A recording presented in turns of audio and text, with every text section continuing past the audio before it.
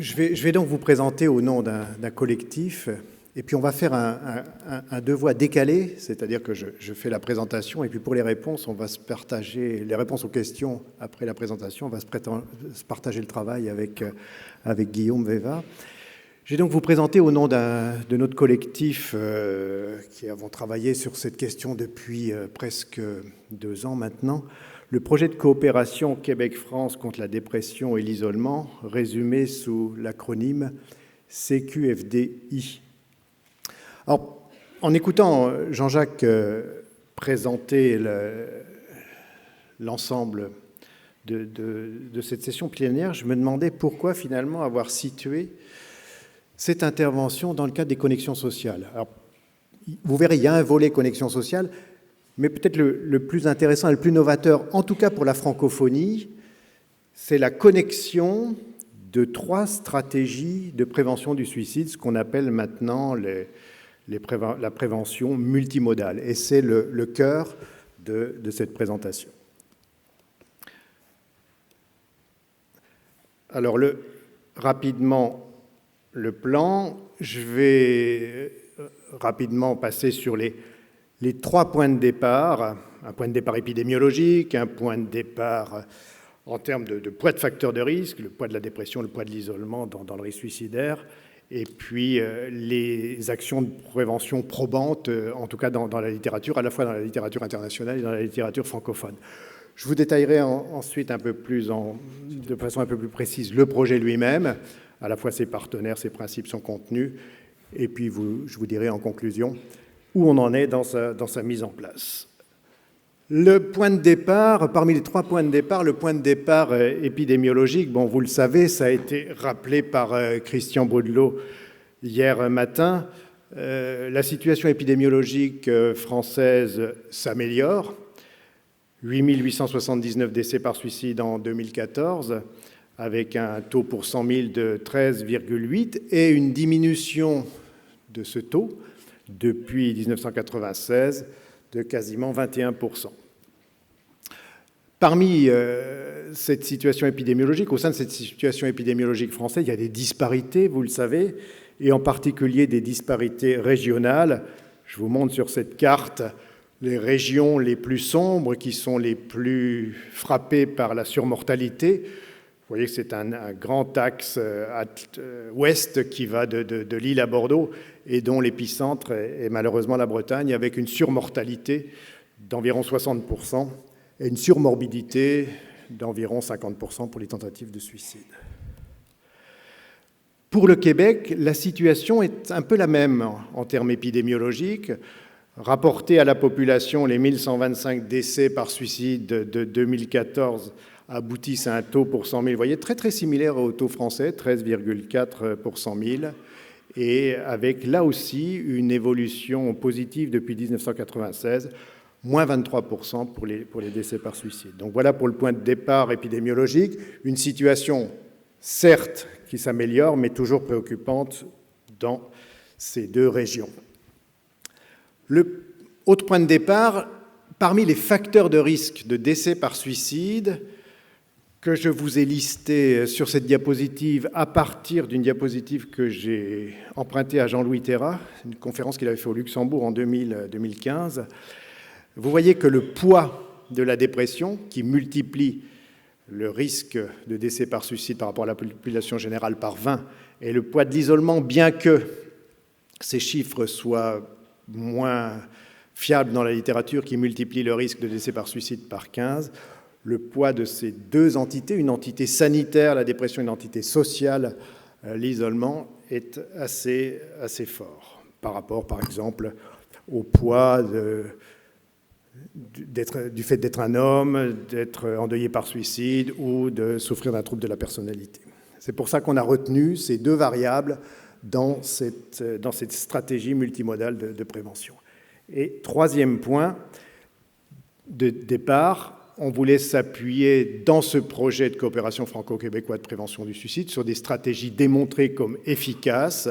Je vous mets sur cette diapositive les 2 revues de la littérature, l'une anglophone, l'autre francophone, de John Mann d'un côté, Enguerrand d'Eurosquad de l'autre, qui liste les stratégies de prévention démontrées comme efficaces.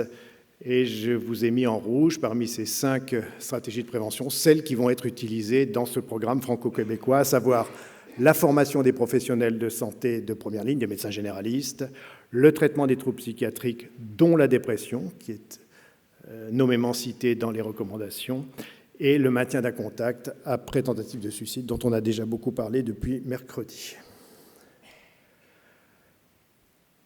Un point juste sur ces stratégies multimodales. Les 2 papiers de référence sur les stratégies multimodales sont des papiers, l'un de Egerl en Allemagne, qui parle du programme Alliance contre la dépression, que je vais vous détailler sur une diapositive, et l'autre programme est le programme qui a été mené dans l'US Air Force et qui est rapporté dans le papier de Knox. Alors vous verrez que ce sont des papiers intéressants, puisque Egerl, donc 2006, programme de Nuremberg, puisque ce sont les 2 seuls, en tout cas à ma connaissance, les 2 seuls programmes multimodaux qui montrent une efficacité sur la réduction du décès par suicide. Alors, pour Nuremberg, c'est un tout petit peu plus nuancé.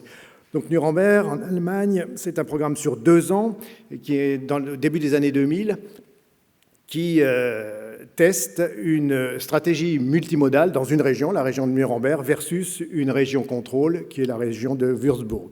En multimodale, pourquoi? Parce qu'elle associe 4 stratégies. La stratégie centrale, la formation des médecins généralistes, qui ont été... Alors vous voyez, c'est 77% des médecins généralistes de la région qui ont été formés, ce qui est un point important. On voit dans la littérature qu'il faut au moins que 50% des médecins généralistes d'une région soient formés pour qu'il y ait un impact en termes d'indice de réussite, c'est-à-dire diminution des taux de décès ou diminution des tentatives de suicide. Des sessions plutôt courtes, de 4 heures, étalées sur les 2 années, par petits groupes, ce qui implique une interactivité de la formation portant à la fois sur des contenus classiques, diagnostic, traitement, intervention de crise suicidaire, et par le biais de méthodes pédagogiques interactives, jeux de rôle ou simulation. Deuxième axe de cette stratégie multimodale au sein de l'Alliance contre la dépression, un axe de plus grand public, ce qu'on appelle des stratégies universelles, une campagne d'information grand public et aussi associée à une campagne de responsabilisation des médias, ce qu'on connaît maintenant en France sous la dénomination du programme Papageno. Troisième axe, la formation, ou plutôt on devrait dire, et je pense qu'il faut qu'on s'habitue à discriminer ces 2 notions, la sensibilisation. Ce n'est pas une vraie formation, c'est la sensibilisation de ce que les promoteurs de ce programme appellent les facilitateurs communautaires, c'est-à-dire par exemple les hommes de loi, les policiers, les hommes de religion. Et puis, dernier point, le soutien des groupes les plus à risque, les patients déprimés, personnes ayant fait une tentative de suicide et entourage, ce qu'en gros on regroupe chez nous autour de la stratégie vigilance. Donc vous voyez, stratégie multimodale associant 4 stratégies.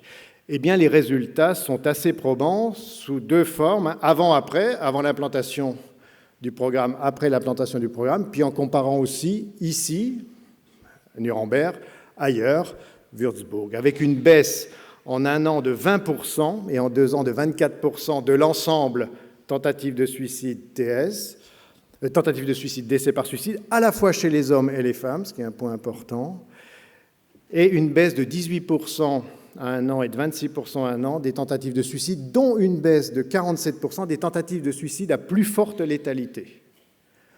Alors, le petit problème épidémiologique, c'est que si on prend simplement, ou en termes de résultats, c'est que si on prend simplement l'indicateur décès par suicide, il n'y a pas d'effet statistique. Deuxième et dernier exemple de stratégie multimodale, ce qui a été fait dans l'US Air Force, là aussi au début des années 2000, une intervention multimodale auprès, vous voyez le chiffre impressionnant, de plus de 5 millions de personnels de l'US Air Force.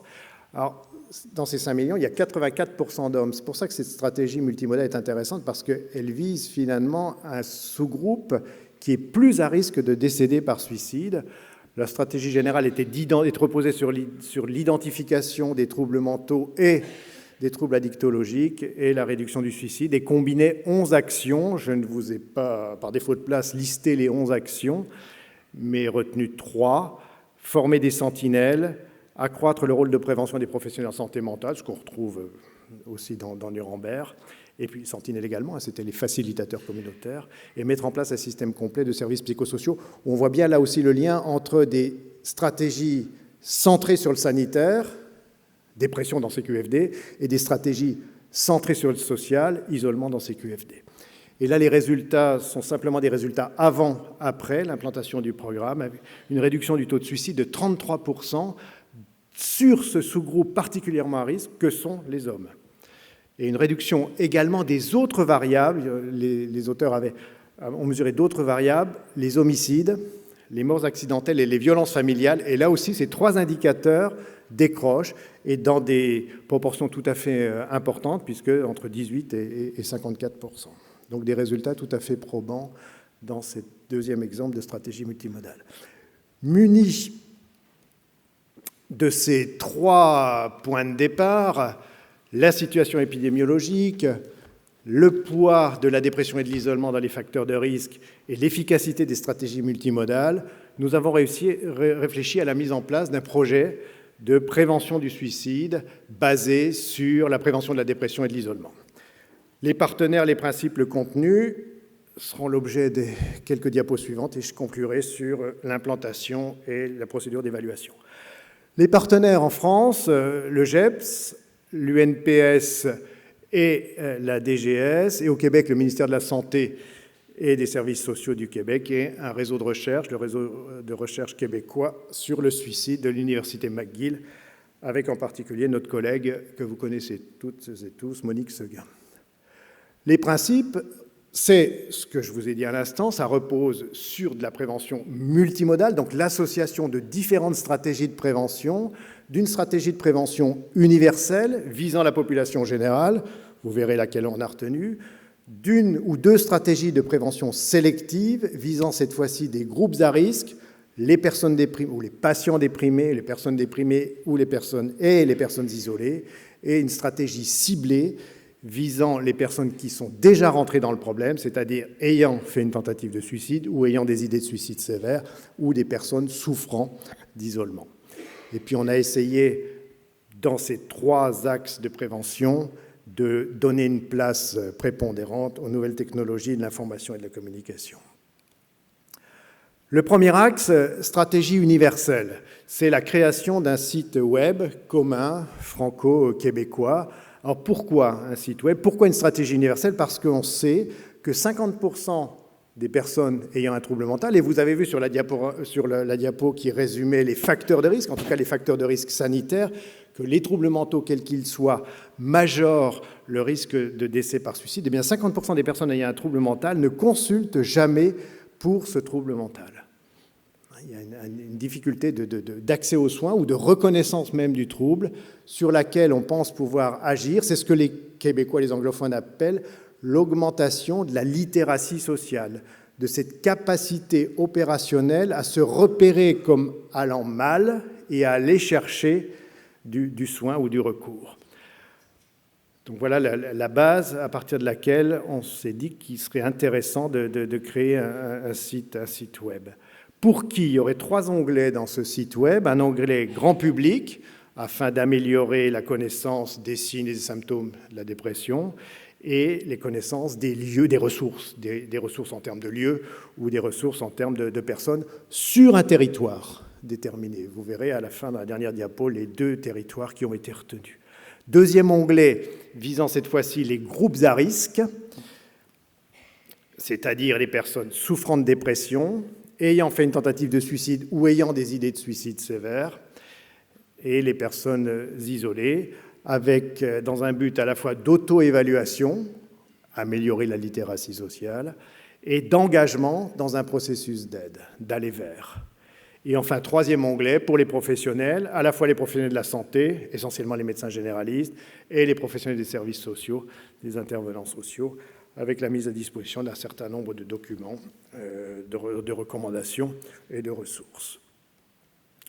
La description de ce site web sur lequel nos collègues québécois sont en train de travailler, l'onglet dédié au grand public comprendrait des témoignages sous la forme de brèves capsules vidéo, favorisant, comme ça a été très bien décrit dans le programme Papageno, à la fois l'identification horizontale et l'identification verticale, donc avec des capsules, des témoignages de personnes comme moi ou comme tout le monde, et des personnes un peu plus remarquables ou célèbres, auxquelles on peut s'identifier soit horizontalement, soit verticalement, et la mise à disposition d'outils d'aide et de contact, comme certains ont été détaillés dans la présentation hier lors du best-of par Christophe Debian.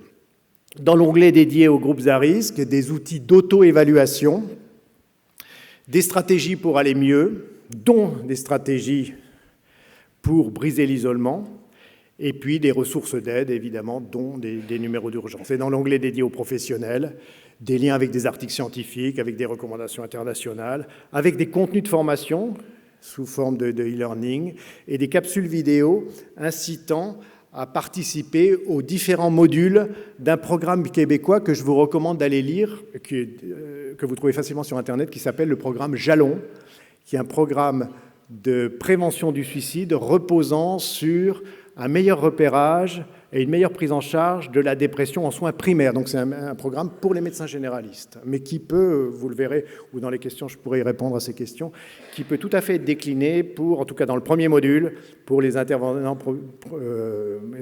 sociaux, pour les infirmières, les infirmiers et pour les psychologues. On pourrait avoir un premier module qui serait pluriprofessionnel, dont on pourra parler tout à l'heure si vous voulez dans la discussion.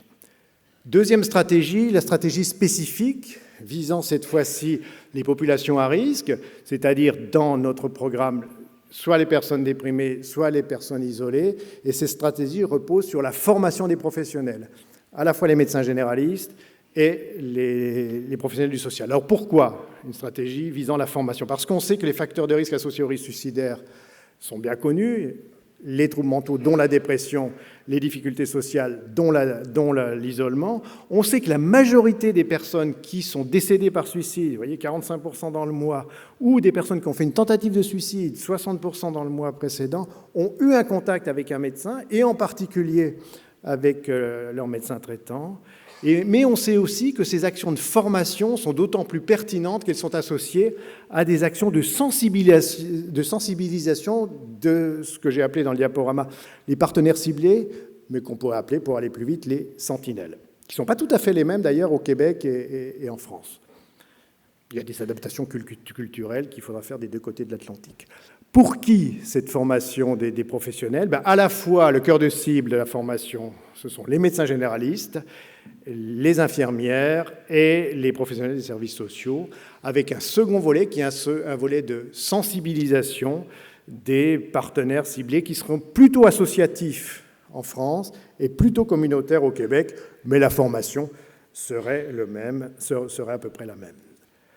Alors, juste pour détailler ce volet formation, et en particulier le volet formation destiné aux médecins généralistes, on souhaiterait, mais vous verrez que ce n'est pas aussi simple que ça, puis il y a un contexte, des contextes professionnels qui font que les formations pluriprofessionnelles ne sont pas généralement les formations qui fonctionnent le mieux sur les terrains, pour des questions comment je pourrais dire ça, d'étanchéité des métiers. L'interdisciplinarité, on la prône toutes et tous, mais en pratique, sur le terrain, que ce soit à l'université, enfin dans l'enseignement, ou que ce soit dans la formation continue, en formation initiale et en formation continue, c'est parfois un petit peu compliqué. On souhaiterait aller vers des formations pluriprofessionnelles, avec à la fois des modules communs et des modules spécifiques, en se basant sur le programme Jalon, en utilisant des supports pédagogiques variés, du présentiel évidemment, mais aussi du e-learning et de la simulation. L'enseignement par simulation et la formation par simulation se prêtent vraiment tout à fait bien à la formation, par exemple, à l'intervention de crise ou à l'évaluation du risque suicidaire. C'est cette formation sur le format de laquelle on est en train de réfléchir et d'écrire se déroulerait en 4 modules, plutôt de courte durée, ce serait par exemple 4 soirées, en petits groupes, pas plus de 18 personnes, des petits groupes de multiples de 3, centrés sur la pratique et avec des rappels réguliers. On a vu par exemple, on sait que tout le monde connaît l'étude de Gotland, qui montre qu'au bout de 2 ans, une formation n'a plus d'effet, et qu'il faut la répéter comme une vaccination. Et puis deuxième volet dans ces formations, destiné aux acteurs de première ligne du sanitaire, que sont les généralistes essentiellement, mais qui pourrait être dans le premier module, qui est un module de repérage de la dépression et d'évaluation du risque suicidaire, qui pourrait être commun aux médecins généralistes, aux infirmières, aux intervenants psychosociaux et aux psychologues. Deuxième volet, un volet de sensibilisation des partenaires associatifs ou ce qu'on pourrait appeler des partenaires des sentinelles, avec mise à disposition, ce ne seraient pas des formations en présentiel, mais des formations à distance, soit par e-learning, soit par mise à disposition de documents. Troisième et dernière stratégie, la stratégie ciblée, donc visant spécifiquement les personnes qui sont déjà dans le problème, soit ayant des idées de suicide actives, soit ayant fait une tentative de suicide, soit souffrant d'isolement sévère. Parce qu'on sait que ces groupes sont à risque élevé de décéder par suicide et de faire une tentative de suicide dans les mois ou en tout cas dans l'année qui vient. On sait également que ces stratégies de maintien de contact sont efficaces. Ça a été démontré dans la littérature avec plusieurs systèmes de veille qui ont montré une efficacité sur des sous-groupes. L'ensemble des systèmes de veille, on en a suffisamment parlé dans les différentes journées du GEPS, reposant sur un paradigme philosophique qui est celui, pour parler simple, du souci de l'autre et pour parler compliqué, de l'éthique de l'inquiétude, qu'on doit à un philosophe suisse qui s'appelle Michel Cornu, que vous pouvez trouver là aussi sur Internet si vous tapez son nom. Et il y a un magnifique article d'une 20aine de pages qui résume l'origine philosophique des systèmes de veille. Alors pour qui ce maintien du contact? Pour les suicidants, donc pour les personnes ayant fait une tentative de suicide, ou pour les personnes ayant des idées de suicide avec un haut potentiel d'urgence, et pour les personnes repérées comme isolées, avec une attention toute particulière portée aux personnes âgées. Je vous renvoie aux études de Deléo dans la région de Venise. Description de l'action, que vont contenir ces stratégies ciblées de recontact? Eh bien, 2 volets. Un volet où on a fait un mixte entre une stratégie québécoise qui s'appelle le suivi étroit, qui consiste, pour une personne ayant fait une tentative de suicide et quittant la structure de soins, à des rendez-vous réguliers. Alors, c'est un rendez-vous par semaine pendant 12 semaines, et le suivi s'arrête lorsque la personne est stabilisée lors de 3 rendez-vous successifs. Au Québec, ce suivi étroit est surtout effectué par des intervenants psychosociaux. Pour la France, on pensait le faire reposer, enfin il reposera sur des professionnels différents, des professionnels sanitaires, et on pense que les CMP devraient, dans notre organisation sanitaire, avoir une place tout à fait importante dans ce suivi étroit. Et puis, deuxième stratégie pour les suicidants, ce qu'on connaît bien maintenant en France, au moins en tout cas dans 5 régions, mais quand j'ai écouté la demi-journée organisée par Guillaume mercredi après-midi sur les rencontres des différentes unités vigilantes, je me suis aperçu qu'il y avait beaucoup plus de régions qui avaient déjà démarré vigilance, même si ce n'était pas encore officiel, ou des systèmes de recontact proches de vigilance. Donc un mixte entre un suivi présentiel plutôt par des acteurs sanitaires en France, plutôt par des acteurs psychosociaux au Québec, et un recontact téléphonique de type vigilance sur 6 mois. Et puis le volet 2, pour les personnes cette fois-ci isolées, non pas pour les suicidants, qui reposerait sur une vigilance dans laquelle ou dans lequel on associerait des travailleurs sociaux pour aller vers ces personnes âgées, en particulier ces personnes âgées isolées.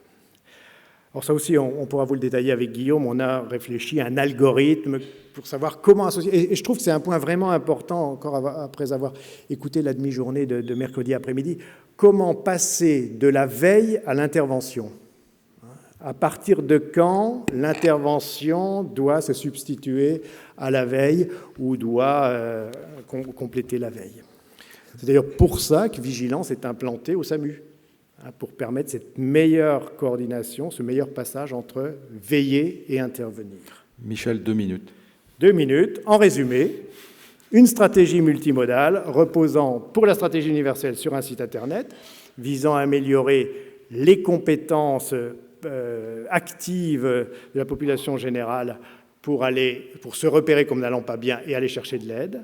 Une stratégie sélective, parce que c'est bien beau d'aller chercher de l'aide, mais encore faut-il trouver des professionnels qui ont les compétences pour apporter cette aide. Donc une formation, en gros, des généralistes et des travailleurs sociaux, et une stratégie ciblée de maintien d'un lien pour celles et ceux qui, malheureusement, seraient passés au travers des mailles des 2 premières stratégies. La mise en place, 2017-2018, on construit les contenus. 2019, c'est l'implantation. Évidemment, une bonne recherche ne va pas sans évaluation. L'implantation se fera dans 2 villes en France. Une ville avec, c'est Brest. Une ville sans, c'est Amiens. Vous remarquerez que les 2 villes se situent dans l'arc qui va de Lille à Bordeaux et qui était l'arc le plus sombre en termes de surmortalité par suicide. Et 2 villes au Québec, une ville avec le dispositif, Gatineau, qui est proche d'Ottawa, et une ville sans, Longueuil, qui est proche de Montréal, sur la rive sud du Saint-Laurent, pour vous faire rêver un petit peu en cette période d'hiver. 2 comparaisons, ici, ailleurs, et puis avant-après, et le programme doit durer 2 à 3 ans, avec une stratégie d'évaluation. Cette évaluation, elle serait double, une évaluation à la fois d'implantation des 3 stratégies, le site, les formations, le maintien du contact, et évidemment une évaluation d'impact, avant, après, ici, ailleurs, sur des indicateurs durs, le décès, les tentatives de suicide, sur des indicateurs peut-être moins durs, les passages aux urgences, les appels du 15, les sorties du SAMU, les consultations en soins primaires ou auprès des intervenants psychosociaux. Voilà le petit groupe qui a travaillé sur ce projet maintenant depuis 2 ans, et je vous remercie de votre attention.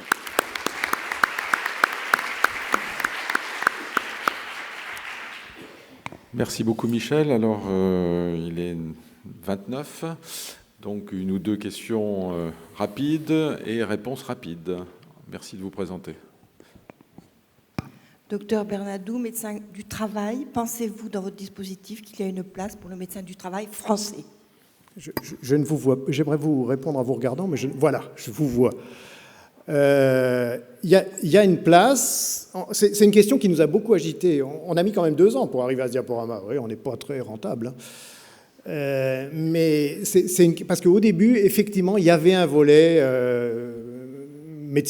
implication des médecins du travail et puis souffrance en milieu de travail. Et puis on s'est dit qu'à multiplier les variables, on aurait trop de difficultés. Donc c'est un volet qu'on a laissé pour l'instant de côté. Mais je pense que dans les formations, par contre, on peut tout à fait impliquer les médecins du travail, même si, vous voyez, la souffrance au travail n'a pas été retenue comme un des facteurs de risque de la surmortalité ou de la surmorbidité par suicide. Donc je pense que par le biais des formations, bien sûr, ça peut tout à fait être ouvert, puisque je parlais, en tout cas dans le module 1 de la formation dite Jalon, d'une formation pluriprofessionnelle qui pourrait associer les médecins généralistes, les médecins du travail, les infirmiers, les travailleurs sociaux, les psychologues. Deuxième question.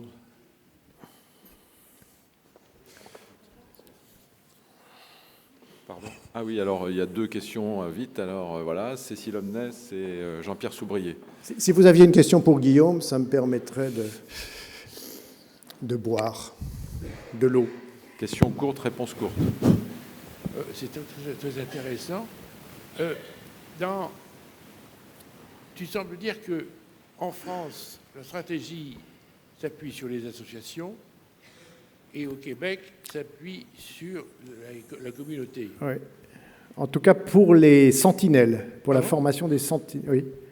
Et alors, j'ai pas d'autre terme que les cibles sont les mêmes, ou les résultats sont-ils les mêmes, bon, dans le sens de la comparaison. Et il est évident que s'appuyer sur les associations, c'est bien, mais